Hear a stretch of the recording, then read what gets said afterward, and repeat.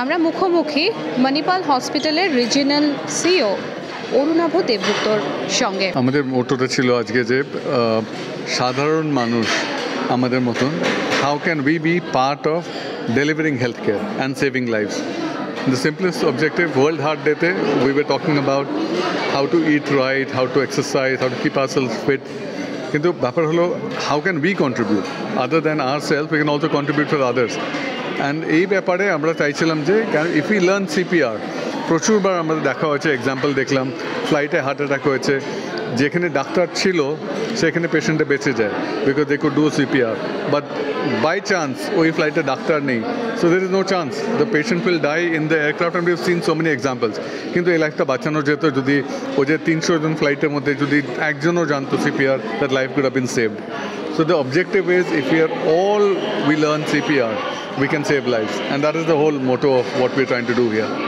And the learnings from all those hospitals, we will benefit from what আমাদের মোটো ছিল আমেরিকাতে, to bring the best in healthcare to East.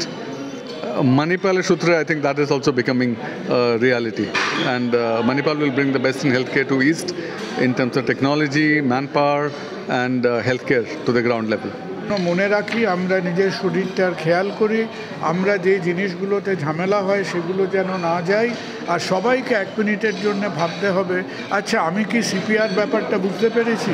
যদি আমার পাশে একজনকে হট করে দেখি অসুস্থ হয়ে পড়েছে, যদি দরকার হয় আমি কি তাকে 5 মিনিট CPR দিয়ে একটু বাঁচিয়ে রাখতে পারবো? এটাই হচ্ছে আমাদের একমাত্র লক্ষ্য। সুতরাং আপনারা সবাই এই প্রোগ্রামে সামিল হবেন। এটা 2-4-5 জনের প্রোগ্রাম নয়। আমরা যদি 100 জনের মধ্যে যদি 2 জন 4 জন 5 জন মানুষকেও আজকে সুস্থ রাখতে পারি, সেইটুকুই আমাদের প্রাপ্তি। যে একটা হার্টের অসুখ যদি জানা না থাকে, বা কারো যদি আগে কখনো হার্টের সমস্যা থাকে, যেমন হার্ট অ্যাটাক বা বাইপাস সার্জারি বা অ্যাঞ্জিওপ্লাস্টি, তাদের যে কোনো সময় কিন্তু হার্টের সমস্যা হতে পারে। সেই সম্বন্ধে একটা সাধারণভাবে একটা জানা দরকার, বিশেষ করে তাদের পরিবারে, তাদের সমাজে অনেকেরই এই সমস্যা থাকতে পারে। সেই জন্য এই ধরনের ওয়ার্কশপ করা বা এই ধরনের শিক্ষামূলক অনুষ্ঠান করা খুব দরকার, যার ফলে মানুষ জানতে পারবে তাদের হার্টের অবস্থা এবং তার জন্য প্রয়োজনীয় যে সমস্ত সাবধানতা সেগুলো তারা নিতে পারবে।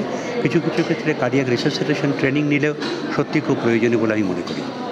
এত বছর পর একটা ভালো ইনিশিয়েটিভ, পাবলিক কমন পিপলের একটা মেসেজ যাবে সিগন্যাল থ্রু দিয়ে হার্ট লাইন, এই ধরনের মেসেজ আর কি দেওয়া যেতে পারে যে পাবলিক অ্যাওয়ার হতে পারে? যারা মেসেজ খুব একটাই হবে যে যদি কারো কখনো মনে হয় যে তার পরিবারে কারো হার্টের অসুখ আছে, অথবা ডায়াবেটিস আছে, অথবা ব্লাড প্রেশার আছে, বা স্মোকিং করেন, অথবা তাদের পরিবারে কারো যদি হার্টের হঠাৎ মৃত্যু হয় কোনো কারণে, তাহলে নিঃসন্দেহে তাদের নিজেদের, বিশেষ করে পুরুষদের 40 বছরের পরে এবং মহিলাদের 50 বছরের পরে একটা সাধারণ পরীক্ষা, যেমন ECG, ইকোকার্ডিওগ্রাম এবং সাধারণ রক্ত পরীক্ষা করে জানা দরকার যে তাদের শরীরের ভেতরে হার্টের অবস্থা ভালো আছে তো বা ভালো নেই।